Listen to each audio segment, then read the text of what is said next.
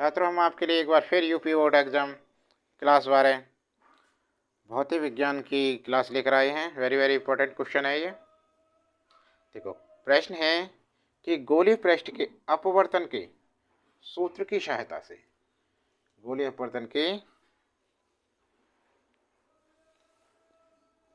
गोलीय पृष्ठ के अपवर्तन के सूत्र की सहायता से किसी पतले लेंस की फोकस दूरी का सूत्र स्थापित कीजिए।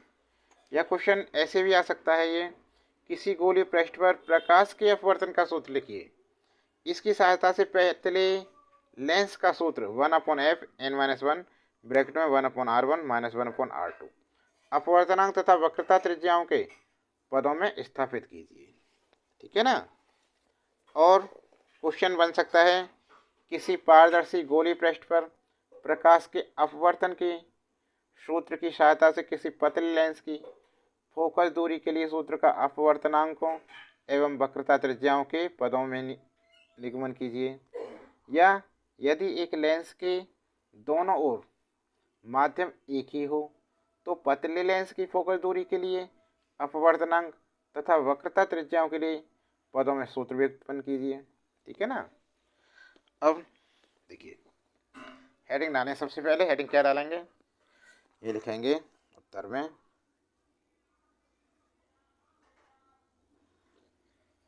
पतले लेंस के लिए अपवर्तन का सूत्र।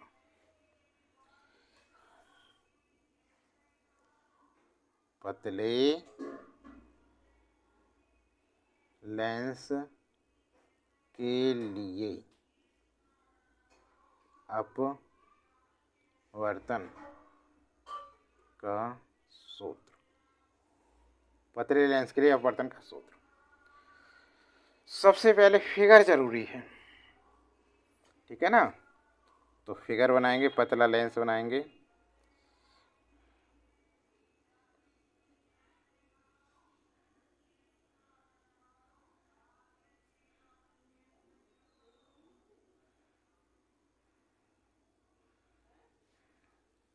वक्रता केंद्र बनाएंगे। यहाँ से एक सीधी रेखा ऐसे खींचेंगे इसे केंद्र से। अब एक किरण यहाँ से यहाँ आई, ठीक है, और ये इधर निकल गई। ओके, ये L है और ये N1 O बिंदु है यहाँ, और ये P बिंदु, ये C, ये P1 और ये P2। ठीक है ना। और यहाँ बनेगी I। और भाई एक ऐसे ले जाएंगे, सीधा जाएगा ये ऐसे I डैश। अब देखो, यहाँ से यहाँ तक दूरी U V dash minus T V dash minus V, और यहाँ तक है ना, क्योंकि यहाँ से यहाँ तक की दूरी V डैश है और यहाँ से यहाँ तक की दूरी क्या है, V, और यहाँ से यहाँ तक की दूरी U। अब माना कि एक पतला लेंस L वायु में रखा है जिसके दोनों ओर के माध्यमों का अपवर्तन N1 तथा लेंस के पदार्थ का N1 तथा लेंस के पदार्थ का वायु के सापेक्ष अपवर्तनांक N2 है। लेंस की मोटाई T है, जो ये मोटाई है इसकी कितनी है, स्मॉल t है। ठीक है ना, मोटाई T है। लेंस के पतले तथा दूसरे पृष्ठों के वक्रता त्रिज्या क्रम से R1/R2 हैं। लेंस की मुख्य अक्ष पर स्थित बिंदु वस्तु O का प्रथम पृष्ठ से आभासी प्रथम I डैश पर बनता है। कहाँ बनता है, आभासी प्रथम I डैश पर बनता है। तब प्रथम पृष्ठ से अपवर्तन का सूत्र क्या होगा, फॉर्मूला होगा N2/V dash minus N1/V, N2/V1 minus N1/U बराबर N2 माइनस N1/R1।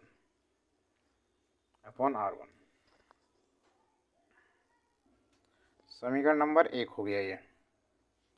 प्रतिबिंब आई डैश दूसरे पृष्ठ के लिए आभासी वस्तु का कार्य करता है। आई डैश का दूसरे पृष्ठ से अंतिम प्रतिबिंब आई बनता है, तब दूसरे पृष्ठ से अपवर्तन के दूसरे,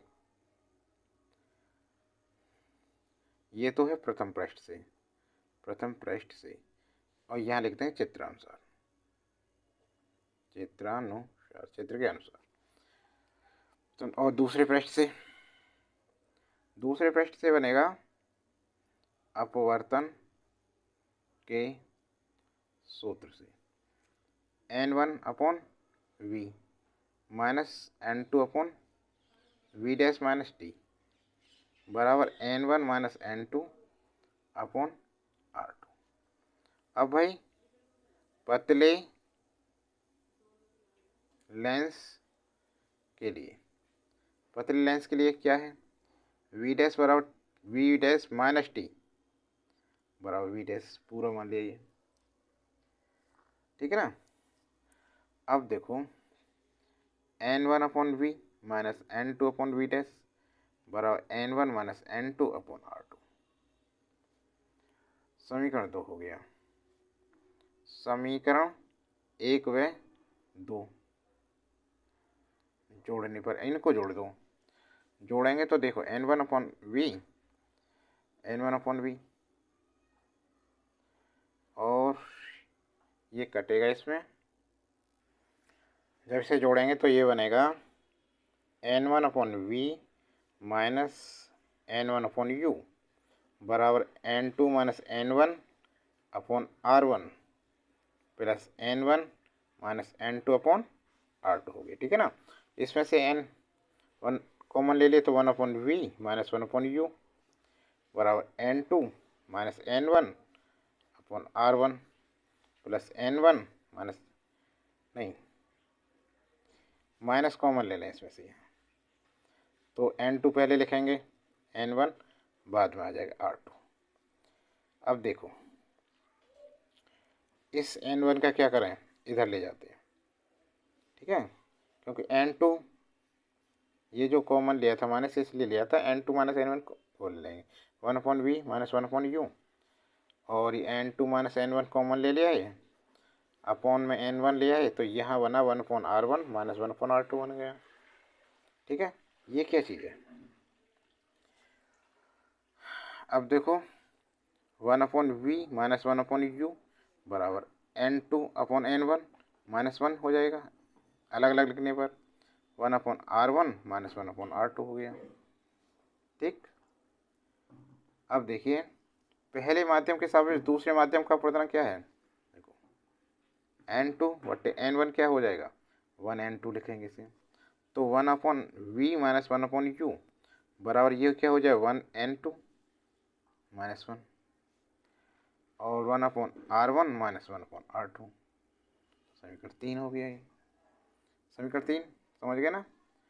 यदि वस्तु अनंत पर है, वस्तु किस पर अनंत पर है, देखो यदि वस्तु अनंत पर है तो प्रतिबिंब लेंस के द्वितीयक फोकस पर बनेगा, अर्थात U बराबर इन्फिनिटी और V बराबर F फोकस। अब समीकरण 3 से, ये समीकरण 3 है, इससे क्या होगा 1/F 1/इन्फिनिटी, अरे U V के स्तर पर F लिख दिया, U की जगह इन्फिनिटी हो गया, बराबर 1N2 minus 1/R1 minus 1/R2, ठीक है।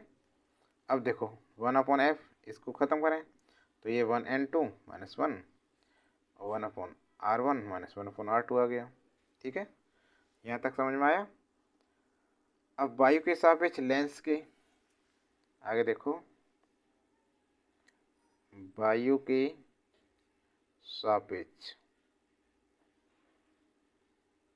लेंस के पदार्थ, वायु के सापेक्ष लेंस के पदार्थ का अपवर्तनांक n हो तो 1/f बराबर n-1 हो जाएगा और 1/r1 - 1/r2।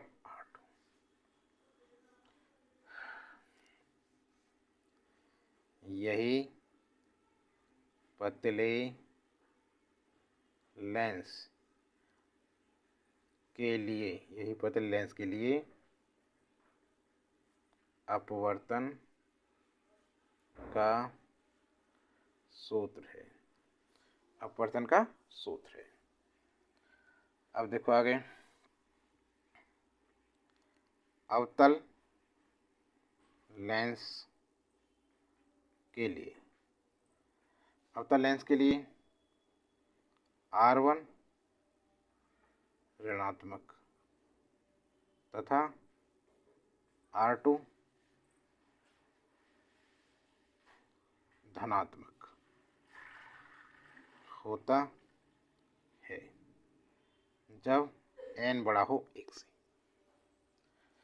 n ग्रेटर किसे है? 1 से। तो 1/f बराबर n-1 हो जाएगा और 1/-1/r2, ठीक है ना। या 1/f बराबर n-1 माइनस कॉमन ले लिया तो 1/r1 + 1/r2 हो गया। अतः अवतल लेंस की फोकस दूरी कैसी होती है? ऋणात्मक। अवतल लेंस की फोकस दूरी कैसी है? ऋणात्मक है होती है, ठीक है ना। समझ में आ गया? इंपॉर्टेंट क्वेश्चन है, जरूर करके जाएं इसे। शेयर करें सभी को।